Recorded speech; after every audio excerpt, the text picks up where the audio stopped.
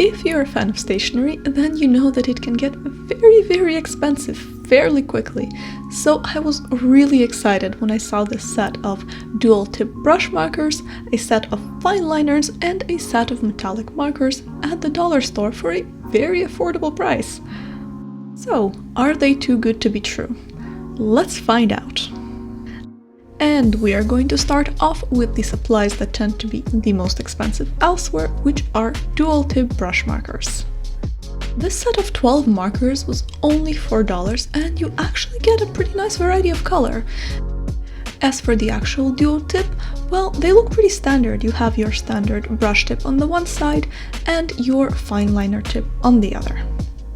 Now let's talk about how these actually perform, and let's start with the brush tip. So about half of the marker feels just completely rigid like a standard marker, and the other half feels very soft.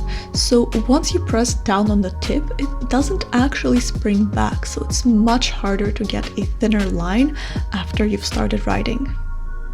I do have to say though that there was definitely a wide variation between different markers, and some markers were much better than others and actually sprang back much better. Still, not an ideal start, but definitely not too bad for the price. Now let's talk about the Fineliner tips, and those I actually found to be pretty nice. I mean, the colors are not super saturated or vibrant, but they're definitely vibrant enough. It's quite a fine tip actually, so they're not going to be as saturated as a slightly thicker Fineliner, and I think they're actually performing very well for what they are. So if you do have a dollar store that sells this particular brand and you're looking for good Fineliners, well, good affordable Fineliners, these are definitely a good option. Not such a great option for the brush markers, but if you're starting out and just want to practice with something very cheap and will not get discouraged with, well, not the best quality supplies, also not a bad option. And another nice thing about these markers that actually surprised me quite a bit is that there isn't a lot of ghosting and definitely no bleed through on the other side of the page, so they don't show up all that much, even on dollar store paper, which is actually what I'm using to show you all of these supplies. And here, just for comparison, I'm showing you my Crayola markers, which I swatched quite a bit earlier on the same paper, and you can see that they ghosted so much more, and they actually bled through in some places to the other side of the page. So these are actually pretty good in terms of ghosting and bleeding.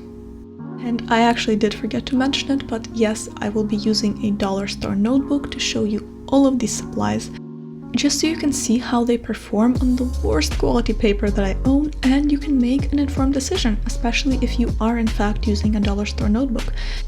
Which, by the way, is not a bad thing. I used a dollar store notebook for my bullet journal for many months, and it didn't really bother me all that much. Anyways, next up we have the Fineliners, which also tend to get fairly expensive, especially if you buy one of the top brands. So let's see how these look. And the tips themselves look pretty fine, just like regular Fineliners. The pens themselves are this strange triangular shape though, but I'm pretty sure that it won't be too hard to get used to them after using them for a little while. I mean, they're not really uncomfortable, it's just a little weird. This set cost me $3.50 for 14 Fineliner pens, and now that I'm trying them out, I have to say the quality is actually pretty good. Just like the Fineliner tips of the dual brush pens I showed you earlier, they're not quite as vibrant, but they're also much thinner, so they create a much thinner line, so they just wouldn't be as saturated as something that creates a thicker line. And there's definitely a good variety of colors, and they are super affordable, so I actually don't see anything to complain about when it comes to these. They're pretty great, especially for the price. And looking at the other side of the page, you can see that they actually didn't bleed through at all. And there's very minor ghosting, so they barely show up on the other side of the page. And that's actually really good considering that I'm using really thin paper. And last but definitely not least, we have a set of 2 metallic markers, the standard gold and silver colors, for $1.25, which is also quite an affordable price.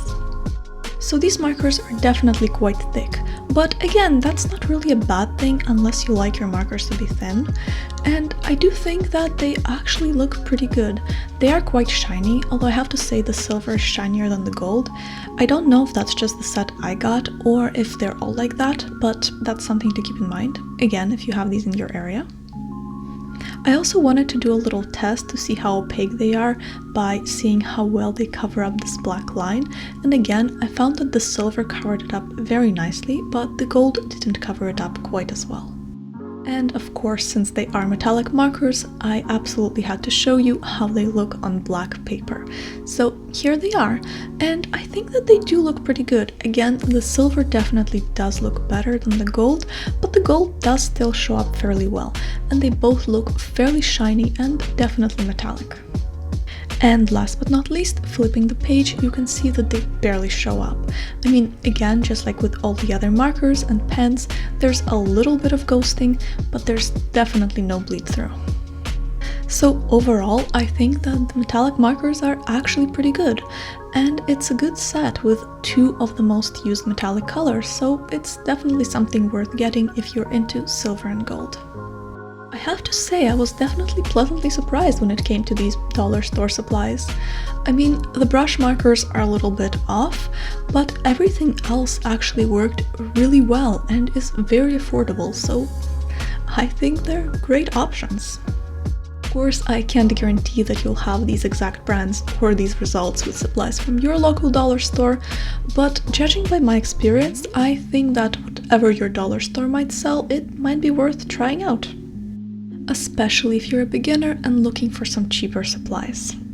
And that was pretty much it for this video. I really hope that you found it useful, and I'll see you in the next one. Thank you so much for watching. Bye!